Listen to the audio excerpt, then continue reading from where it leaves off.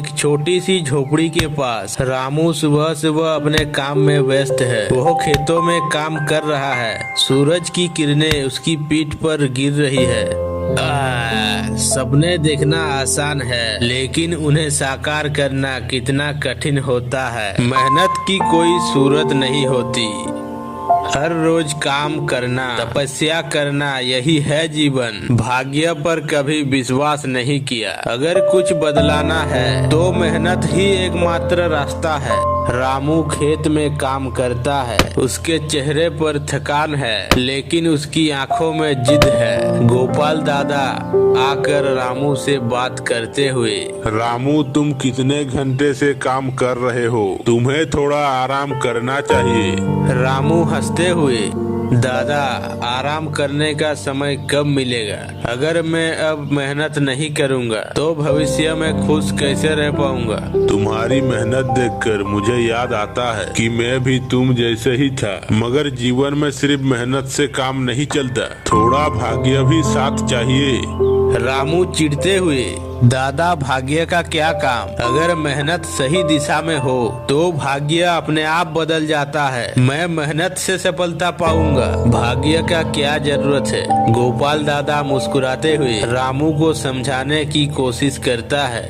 तुम सही कहते हो रामू, लेकिन कभी कभी हमें यह भी समझना चाहिए कि मेहनत के साथ साथ भाग्य का भी अपना स्थान होता है। रामू सिर झुकाकर काम में लग जाता है। रामू के पास एक दोस्त है, शिवा। वो गांव के एक स्कूल में बच्चों को पढ़ाते हैं। रामू और शिवा अच्छे दोस्त हैं। शिवा रामू से मिलता है। रामू, तुम दिन रात काम में लगे रहते हो। तुम्हें कभी अपनी मेहनत के फल का आनंद लेना चाहिए। क्या कभी सोचा है कि भाग्य पर भी कुछ निर्भर करता है? नहीं शिवा, मुझे लगता है कि मेहनत ही सबसे बड़ी चीज है। भाग्य किसी चीज का नाम नहीं है। अगर तुम मेहनत करते हो तो सफलता तुम्हारे पास खुद ब खुद आ जाएगी। शिवा मुस्कुराते हुए, रामू, तुम्हारी बातों में दम तो है, लेकिन क्या तुमने कभी सोचा है कि कई बार मेहनत करने के बावजूद भी हम अपनी मंजिल तक पहुंच नहीं पाते? हाँ, लेकिन मैं फिर भी मेहनत से नहीं डरता। मुझे लगता है कि अगर कोई काम मेहनत से किया जाए तो भाग्य भी उसकी मदद करता है। तुम्हारी सोच अच्छी है रामू, लेकिन क्या तुम जानते हो कि कभी कभी हमें अपनी मेहनत का फल जल्दी नहीं मिलता और हमें लगे कि भाग्य ने हमारा साथ नहीं दिया। अगर मेहनत सच्ची हो तो देर से सही पर फल मिलता है। समय बीतता है और रामू की मेहनत जारी रहती है। उसे कभी भी आराम करने का समय नहीं मिलता। फिर एक दिन गांव में बड़े मेले का आयोजन होता है। गोपाल दादा रामू से मिलते हैं। रामू, आज तुम्हारे खेतों में बहुत काम है, पर क्या तुम मेला देखने नहीं चलोगे? नहीं दादा, मेला देखकर क्या होगा? मुझे तो बस अपने खेतों में काम करना है ताकि मैं अच्छा किसान बन सकूं। गोपाल दादा मुस्कुराते हुए रामू को समझाते हैं। देखो रामू, सिर्फ मेहनत ही नहीं, थोड़ी बहुत भाग्य की भी भूमिका होती है। कभी कभी भाग्य हमें ऐसे मौके देता है जिन्हें हम देख नहीं पाते।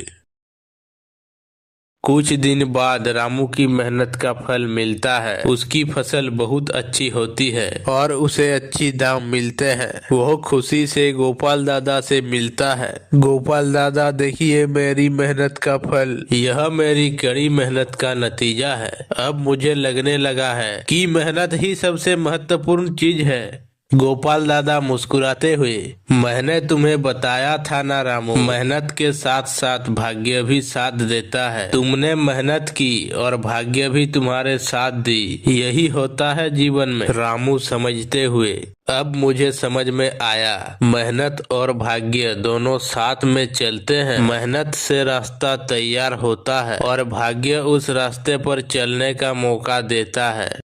रामू अब अपने गांव के सबसे सफल किसान के रूप में पहचान बना चुका है। वह लोगों को बताता है कि अगर मेहनत सच्ची हो और भाग्य का साथ मिले तो कोई भी मंजिल दूर नहीं रहती। मेहनत और भाग्य दोनों साथ होते हैं। मेहनत रास्ता दिखाती है और भाग्य उसे पूरा करने की ताकत देता है। अगर हम सही दिशा में मेहनत करें तो भाग्य भी हमारा साथ देगा। रामू और गांव वाले खुशी से काम कर रहे होते हैं। यह कहानी यह बताती है कि जीवन में केवल मेहनत ही नहीं बल्कि समय आने पर भाग्य भी महत्वपूर्ण भूमिका निभाता है। मेहनत से हम अपने रास्ते को तैयार करते हैं और भाग्य उस रास्ते पर आगे बढ़ने का मौका देता है।